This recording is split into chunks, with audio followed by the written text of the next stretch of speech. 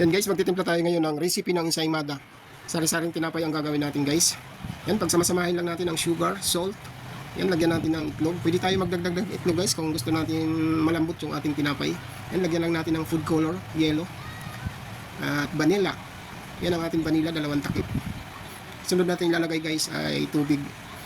Haluin lang natin guys para matunaw yung mga linagay natin na ingredients yan. So, bali 3 kilos ang ating harina dyan. Ang gamit pa rin natin ay first class bread flour. Yan guys, ang ating gagawin dyan ay sari-saring tinapay guys. Yan, 3 kilo. Yan ang ating improver, ay ilagay lang natin sa ibabaw ng harina. Kasama yung ating, ang yeast natin ay instant yeast.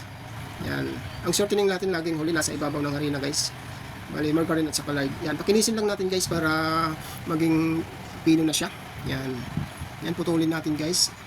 Kayo nang bahala guys kung anong gusto nung laki ng tinapay. Pero yung sa atin ay pangtinda, maliit lang guys. Yan.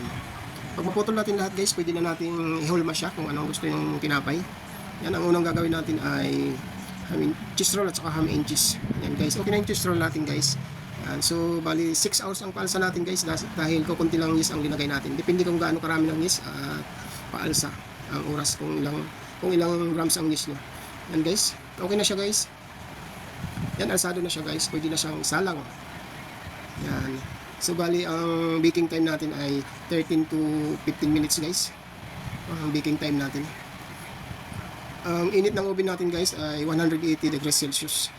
Yan. Yan guys, luto na yung ating cheese roll.